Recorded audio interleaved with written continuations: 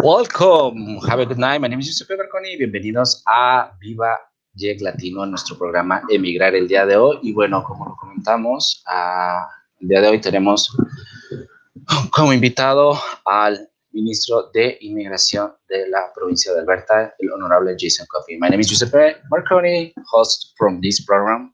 Thanks all the people they see in our different social channels, Facebook, LinkedIn, and YouTube. And we have today the honorable Jason Coffey. Is the Ministry of Labor and Immigration in Alberta, was elected to the Legislative Assembly of Alberta in April 16, 2019 as the MLA for Calgary Varsity. Coping has over 20 years of senior management experience in labor relations and human resource and corporate affairs. Jason Coping was appointed as Alberta Minister of Labor and Immigration on April 30, 2019. Minister, welcome to Viva Baile Latino, but Emigrare program. How are you tonight? Great. Thank you so much for having me, Giuseppe. Thank you for accepting the invitation. And our co-host is Greg Skripichenko.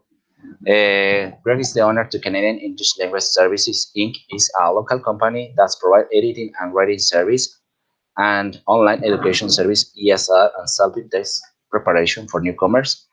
Greg has worked with many colleges and universities and organizations around Edmonton. Welcome, Greg. How are you today? Good evening, Mr. Coffey. Good evening. Well, Minister Coffey, most people right now is very scared regarding the situation we live right now in Alberta, the second lockdown. Can you explain what is the situation right now? Yeah, well, thank you so much for raising that issue. And this is a really challenging time for many Albertans, and I can understand a number of concerns. And Alberta, like many other provinces and jurisdictions, is facing a potential crisis in healthcare. You know, our healthcare system is at a tipping point. We have thousands of surgeries being postponed due to the growth in COVID-related hospitalizations, and this can be absolutely devastating for patients and their families waiting for surgeries and other medical procedures. So at the start of November, there were 143 people in hospital. And when we made the announcement just earlier this week, we have 654, and the growth rate continues to climb. So we need to take action right now to avoid this kind of growth, that crippling our ability to deliver healthcare. So we are enacting a number of measures. And I can tell you we're not eager to do it, but it's necessary to protect the capacity within our healthcare system and to protect Albertans. And if you like, Giuseppe, I can talk briefly to what our measures are. Absolutely. Yeah. So immediately, and again, this was announced on Tuesday by the Premier, supported by Minister of Health Shandro, and as well as Dr. Dina Hinshaw, that all indoor and outdoor social gathering, both public and private, are prohibited. Close contacts are limited to household members only, but we do appreciate that if you're living alone, then you can have 2 close contacts as well, because we also really understand that it's important that we maintain social connection, and we also appreciate that this is these measures are in place, and they're going to be in place for a minimum of a month, and this includes going through Christmas, and so we urge everyone to stay within their family units, but reach out to their neighbors, their friends, their family through Facebook, through media that we're using right now, like going online and enjoy Christmas together.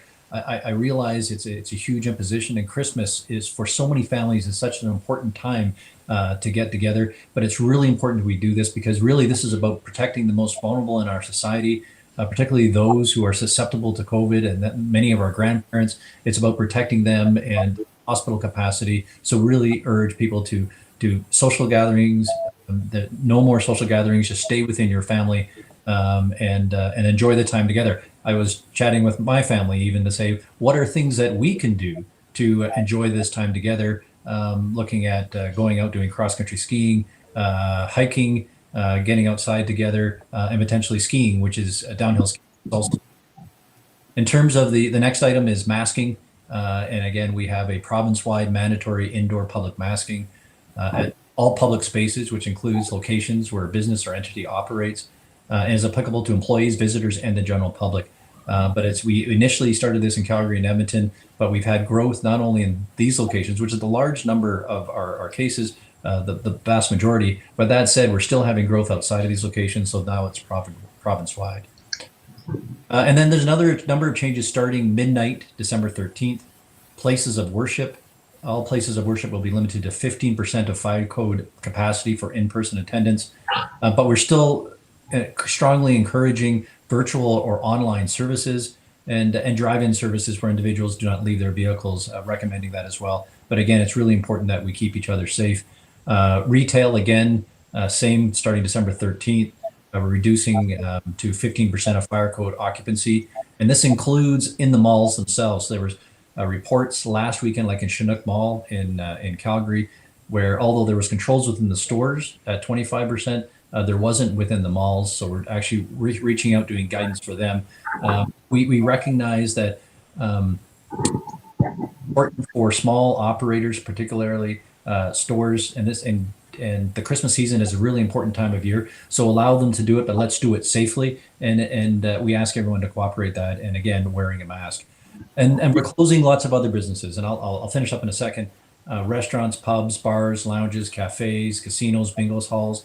And I recognize it's difficult for those businesses, but to help support them, we have also announced a new small and medium-sized enterprise relaunch grant. We've increased that to be able to help businesses. And then lastly, we are we put in place a mandatory work from home measures so that if an employer determines that work requires physical presence for operational effectiveness, stay in the office, but other than that, work from home. But all of this is about protecting our healthcare capacity, flattening the curve. We recognize it's a challenge for Albertans, and particularly at this Christmas time of year. But I think, in a giving season, what we want to give each other is the gift of health, and focus on that and follow these restrictions. Great. You can comment something? Well, I certainly agree that a few small sacrifices and take some measures to protect ourselves this year, it'll enable us to have a lot more Christmases going forward that are comfortable and happy. So these are just small sacrifices really in the big picture. So I agree with Minister Copping that we all just have to do our part. And, I've got a sister in British Columbia that won't be coming back for Christmas this year with her family. And so we'll do some, use social media and online video chatting as well, and this is the way we'll have to do it this year. Minister, mostly the people is very scared, and most of the business, I talk with a different business, restaurant principal, about this situation. Do you have any proposal for that, for the employees? Because the business, they wait for this moment, for Christmas. Now, most people do go with friends, family, and that stuff. But right now, it's moved with this decision to the second lockdown. What is the suggestion or your comment about that? So yeah, so there's both supports for, and as I mentioned before, for businesses. Again, we heard that closing of businesses, and we've heard from a number of business owners that some of this may be able to put some of them out of business for good. So that's why we put in a renewed grant program for small businesses. This, which includes, it was initially $5,000, but we've increased it $15,000 so that, and we've reduced the revenue loss from threshold from 40% to 30%. So we can support businesses through this very difficult time, because we recognize for many of them, Christmas is where they make the most amount of money. Now, we've also gone back to the rules where restaurants can continue to make food and then deliver that, or pick up only. So I know our family have talked about, we did this during the spring lockdown. We'll do it this time in terms of trying to support our local restaurants in the community by eating in, but it's really about eating out. And I can tell you, my kids are happy about that too. We get to try different types of cuisine. It's not dad cooking all the time. But we're also mindful of employees are going to be affected. So again, the federal government has a number of programs in place that we used effectively through the spring. Those will continue in terms of the fall. as well as we've heard from both employees and employers about, laid off. And we did this earlier when there was a layoff period. We extended the temporary layoff period so people can be attached to their jobs longer. And so we're looking at changes again at that my department in terms of with this next range, because really what we want to do is, and Greg hit the nail on the head, we need to make these changes right now. If we do this, yes, it's impacting our how we live our lives, but if we do this for a short period of time, support each other through this, there is light at the end of the tunnel. There's a vaccine coming. We get through this, and then people get recalled to get back to work, because really what our government is focused on is protecting both lives and livelihoods. But we all need to together. You have a different, so you have a few changes in the government of Alberta have changed regarding to the temporary foreign workers. Can you talk a little about that one, please? Yeah, happy to do so. It's our premier, who was one of the longest serving federal ministers of immigration, understands the importance that newcomers bring to our province, and a cornerstone of our economic recovery plan is newcomers coming in. We also recognize, however, that during a downturn, just like we're having, because we went, not only are we talking about measures impacted by local shutdown to be able to manage the COVID spread, but we have a worldwide recession caused by the pandemic, and also a historic crash in oil prices. So unemployment rates in Alberta, and as the Minister of Labor, I watched this very, very closely, was at historic highs in the spring, but still it's at 11%. And before we went into this pandemic, we still had one of the highest rates in the country at 7%, and we're still sitting at 11% right now. There are well over 300,000 unemployed Albertans, and studies have shown that often the people who are hit the hardest are newcomers, right? They're losing their jobs. So what we did some changes to the temporary foreign workers, and then we have an agreement with the federal government. It's a pilot agreement. And really what it is a do not process list. So we're not going to process any more LMIAs for some temporary foreign workers. And really what that is to stop the flow of people coming in on a temporary basis. And it's only temporary because we've heard there was a number of temporary foreign workers who were already here, were laid off during the downturn, right? And we want to help them find more work, plus other Albertans to find more work.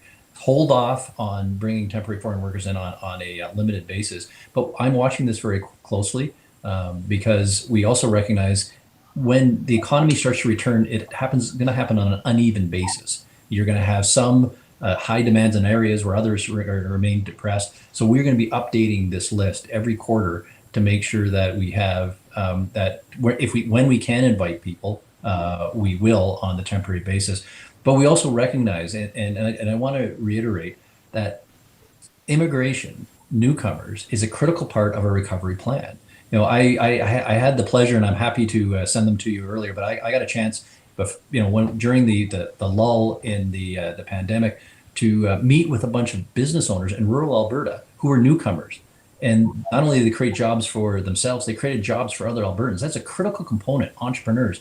And that's why when we announced the changes to the TFW program, at the same time we announced two other programs, which are bringing, entrepreneur programs, one targeted for newcomers who are graduating from our great institutions here, post-secondary institutions, and others from the U.S., which will U.S. post-secondary institutions, international students who want to come to Canada and set up a business here. I think newcomers are going to be a critical part of our recovery strategy, a key component, but these changes to temporary foreign workers are just to put a pause on people coming in, so those who are already here, particularly temporary foreign workers here, can find jobs and keep jobs, and then we'll take that off as the economy improves. You will say something, Greg?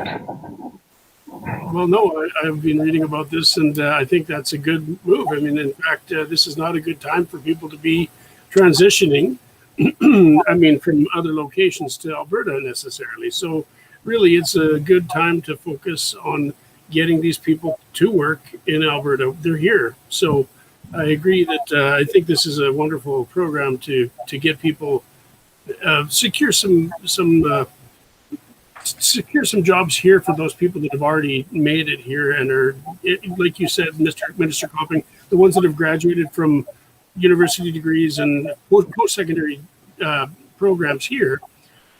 Entrepreneurs employing others, that's a fantastic start. And when things are more flexible in the future, then a lot more different programs can be initiated again, different plans can be initiated again. Minister, the people sent me a question here in online. Say, do you know any information about the oil sands workers that received layoff recently, especially union workers? We hear Alberta governments prefer hire no-union workers. Thanks. So I just so I understand the question, this is a question about changes that we've made in regards to the labor relations code that impact union workers. Is that just? Yeah. Yeah. So we've made a number of changes. We were elected on a platform to bring balance back into our labor relations laws. And part of the challenge, what we're trying to address, and one of the big changes that we made, for example, is give ensure that all employees, like on the certification, so when a union is formed, that they have the right to vote on that issue. And so we made that one change. That was a campaign commitment that we made and we implemented last year. More recently, we made some changes in terms of an update in the code in Bill 47. And the purpose of that was, again, we did a number of changes, but one of them was to fulfill a campaign commitment. Because we had heard from some people like oil sand workers whose national union was supporting campaigns that would effectively block the building of pipelines and negatively impact their jobs. And they had concerns about their union dues going to pay for those types of campaigns. And so we made a commitment, the Premier made a commitment during the election that we put in a new rule, which would basically say for those types of things, contribution to political campaigns, that union members would have the choice. Now, if they want to contribute to them, by all means, they can do that. And unions, if they want to run campaigns like that, they can. But if they don't want to contribute, they can choose not to contribute to those types of campaigns. And we are, and we heard loud and clear for a number of union members that are concerned about that type of thing. So we've given them choice. So a lot of our changes that we've made is about worker choice in that regard, and then bringing balance back to the labor laws. Because some of the labor laws that were put in place by the previous government increased the cost to hire somebody. And as you know, if it's more expensive to hire someone, there are less people who are going to be hired. And what we're really concerned about is getting Albertans back to work and keeping Albertans working. And given the impact of the pandemic and the impact on the economy, this is important now more than ever. Minister, you have a law challenge right now after the second law. What is your idea regarding to, so next, if 2-3 weeks we start a new year, how's the challenge you have right now with the immigration minister? So we did for this year. We had fewer because we had fewer newcomers coming to Canada, to Alberta, largely because of COVID-19 and the restrictions of being able to come into the country. So we indicated that we would bring in 6,000 under the Alberta Immigration Nomination Program. We said we're only going to bring in 4,000. But what we were really doing with that is that there's a category called Alberta Express Entry, where the Alberta government nominates a bunch of people. And we just basically said, we're not nominating these people because we don't want to bring in a bunch of people into a labor market where it's going to be incredibly difficult for them to find a job. Now, next year, I am very hopeful that the economy will return, and then we will use our full allotment of the over 6,000. And I've asked the federal minister, the 2,000 I didn't use this year, if you wouldn't mind if I can use them in future years, because we see newcomers as a really critical point. Now, he hasn't said yes yet, but I really would like to use them because it's not about not wanting newcomers, because we understand that they add tremendous value, not only to our economy, but socially to the fabric of Alberta, and so it's critically important that we want newcomers to come, but the timing is not right now. And so I'm going to maybe ask you guys to put a bug in the federal minister's ear too when I go ask him again for those extra 2,000 slots, probably not next year, but the year after, to see if we can get them and bring more newcomers here. Minister, different people see the program in different countries. What is the message for the people that say, okay, this year I can go to Alberta, but for the next year, what is your message for them? So it's again, enjoy your holidays, reach out to people virtually, and support each other, because this is a very challenging time. But this is the right thing to do. The best gift we can give is the gift of health to each other, and that's by following the restrictions. And it can even be, simple things like, and this is what we're going to be doing this year. We're going to be cooking our big turkey. We're going to cut up and sanitize it, and then leave it outside so that my mother-in-law, who lives down the street, and can come and pick it up and enjoy that with one of her close contacts. And then we're going to have our candlelight dinner, Christmas dinner, via Skype, right? So again, I urge everyone, it's going to be different, but give the gift of health. And by doing this, we can protect the most vulnerable so that we have many future Christmases to enjoy together when we can all be together at that point in time. And it's, using technology and platforms like we have here, I think is going to be critical, and share good wishes for everyone this holiday season. Okay, well, thank you so much, Minister, for your time, for taking time with our community and our program. I hope, the last time we talked with you, we have a next interviews with you. I would really appreciate all your team. You're open the doors to our media to start conversation with you. Greg, something else you want to say? No, just want to wish Minister Copping and everybody else a safe and fun Christmas.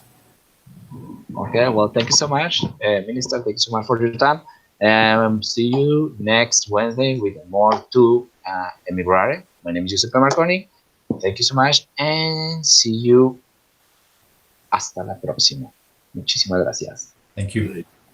Thank you. Good evening. Happy holidays. Bye-bye. You too.